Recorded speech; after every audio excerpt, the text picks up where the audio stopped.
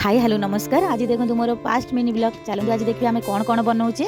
सकाल उठिकी मुझे सब कम सारी देती बासी कम सारी गाधेक आसिक भात रांधि देती।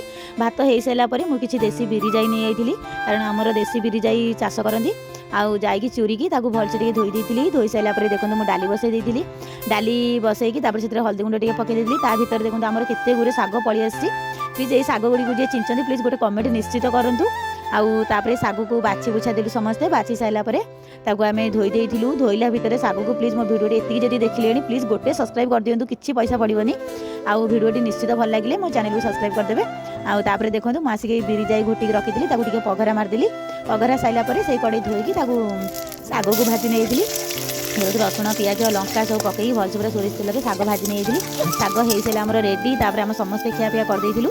खाई सारापर मुझे बस पड़ी। प्लीज एति जब मो भिडियो देखिले निश्चित मो चैनल को सब्सक्राइब कर दिखाँ। आउ भिडियो देखा चलते। Bye bye.